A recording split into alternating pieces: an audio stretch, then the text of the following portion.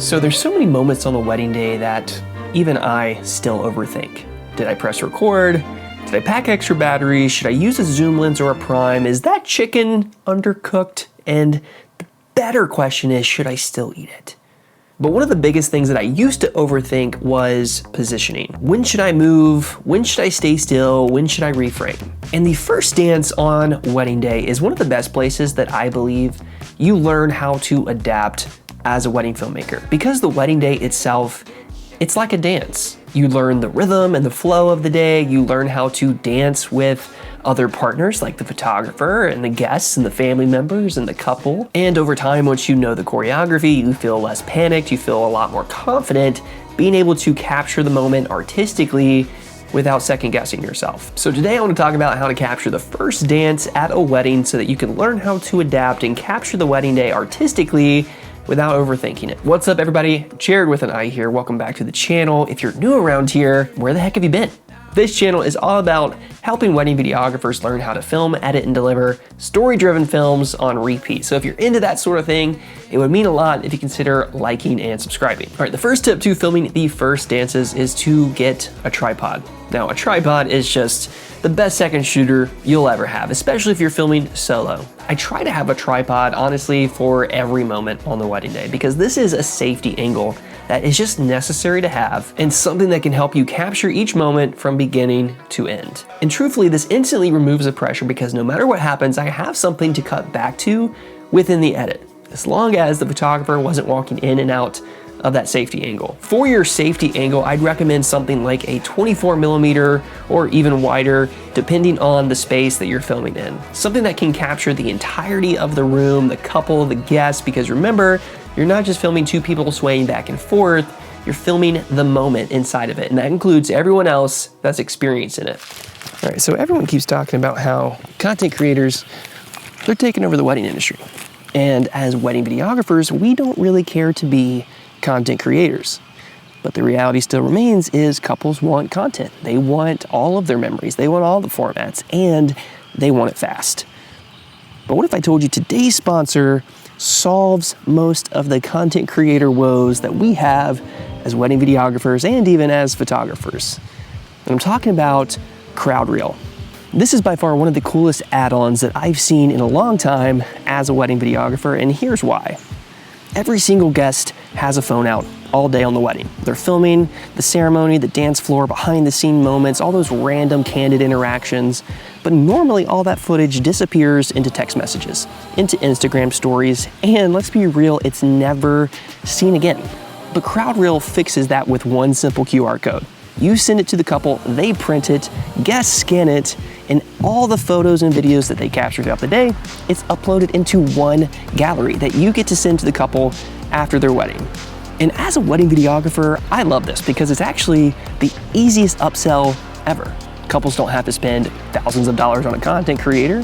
They can just let their guests be their content creator, and you, the videographer, get to be the distributor. There's no extra shooter, there's no one else that you have to work around on the wedding day, and suddenly you've added a couple $100s to your package with zero additional work. So if you're looking for a way to add value to your existing wedding packages without adding or completely changing your current workflow, check out CrowdReel. One of my favorite ways to make the first dance feel more cinematic and alive is to film through people. Adding any kind of foreground or layers or depth to your frame is a great way to just make it more interesting and feel more alive, and it's also just being more respectful on the wedding day. Because the first dance really is about the couple, it's about the guests being able to experience the moment too, and so being able to be in the shadows and just behind people, filming through them, and not in front of them, it's just being respectful to the moment and capturing it in a beautiful way at the same time. And this is where lenses like the 24-70 or the 35-150 come in really handy because you can compress the scene, you can grab those closer perspectives, get those wider perspectives without running around the dance floor, bringing too much attention to yourself. And for me, when it comes to first dances, when I have my safety angle set, capturing the moment, my handheld solution, I'm just looking for moments. I'm looking for parents reacting. I'm looking for guests reacting. I'm looking for those tears. I'm looking for even capturing people filming on their iPhones can be a great layer to add to the first dance scene, because remember, you are trying to build a scene for this moment. You're trying to make sure that you're capturing the entirety of the moment and not just the couple themselves. That's still important. That's why you have your safety angle.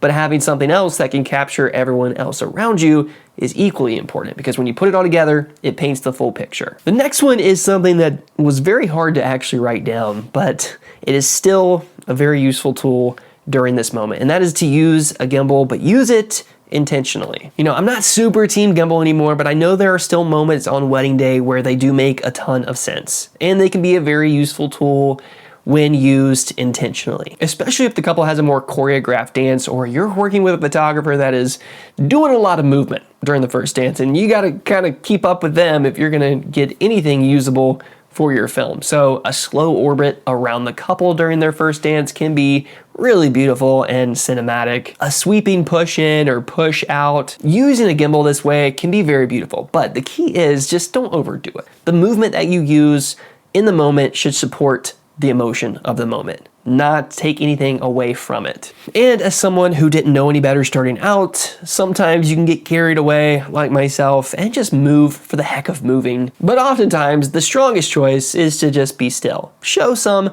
restraint. But honestly, my personal favorite way to film the first dance on the wedding day is to film it handheld. We're in the day and age where image stabilization has just gotten so good. It's ridiculous. There's no need to even have a monopod, a tripod, a gimbal. If you think about it, yes, I'm biased. That's okay. The main reason is you aren't locked into a tool or a device. You're reacting naturally. You can move quickly, adjust quickly. You can get in, get out without making the moment feel overproduced, or especially if you need to reposition your camera quickly because you're obstructed by unpredictable stuff like family members blocking you or the photographer getting in your shot. Whatever it is, going handheld just allows you to step to the side, slide to the left, slide to the right. You know what I'm saying? You get me, okay. And at my last wedding, going handheld really saved the entire moment because the couple had this beautifully choreographed dance, and if I was locked to a tripod or a monopod, I would not have been able to get the angles that I got during this moment because the sun just hit the venue perfectly during their dance. It looks so elegant, straight out of a movie. This entire dance sequence is just unreal. I was literally just obsessed after I captured this moment. I was like, it just doesn't get any better than this. I don't think another first dance will ever top this one. But that's just the magic of weddings. You know, luck happens when preparation meets opportunity. And because I wasn't locked into a tripod setup, I wasn't tied to a monopod or a gimbal, I was able to move freely. I was able to get low angles. I was able to get eye level. I was able to move around and get different perspectives. I can move with the light, the emotion of the moment, and really capture this part of the day in a way that the couple are just gonna be absolutely obsessed over. But I think that's really the biggest lesson here. You know, the first dance in any moment on the wedding day isn't about executing this complicated camera move flawlessly. It's really just about learning awareness, learning timing, patience, when to move, when not to. Because great wedding filmmaking is rarely about doing more, it's about recognizing more. Recognizing moments before they happen, recognizing reactions and learning to trust your gut and anticipate what's gonna happen next. Because over time, you stop overthinking your positioning and you start trusting your instincts. So if you've been struggling with the first dance or other moments on the wedding day, just simplify it. Keep a tripod close by for your safety angle. Keep a camera on you as your handheld angle. Experiment and find your rhythm. But thanks so much for watching. I hope you found this video helpful and valuable in some way. If you did, drop a comment below. I'd love to hear from you. And until next time, we'll see you.